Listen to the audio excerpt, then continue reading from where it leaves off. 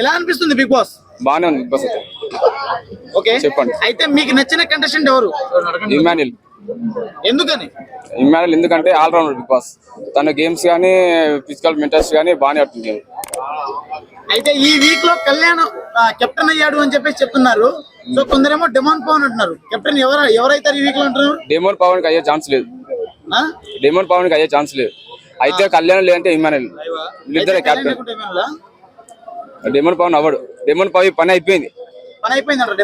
రీతి వల్ల మొత్తం గేమ్ పోయింది, అంత పోయింది, మొత్తం అయిపోయింది. చెప్పండి. ఓకే అయితే అందరూ చెప్తున్నారు కదా బయట. అయితే విన్నర్ కళ్యాణ్ లేకుంటే రీతు వచ్చి సంజన గారు అంటున్నారు. మీరేమంటారు? విన్నర్ సంజన ఎందుకు అవుతుంది? విన్నర్ సంజన అవ్వదు. చెప్పండి ఇప్పుడు మీరు అడుగుతారా? ఏ చెప్తారు మీరు? అందరి మైకులు తీసి పెట్టు. వెళ్ళిపోండి.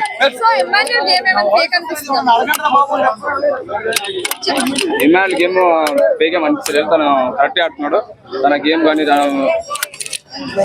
ఇమాన్యుల్ అయితే బాగానే ఆడుతుంది. తన ఫేక్ అయితే ఏం ఆడతాడు. మంచిగా తను పర్లేదు, మంచిగా ఆడుతుంది.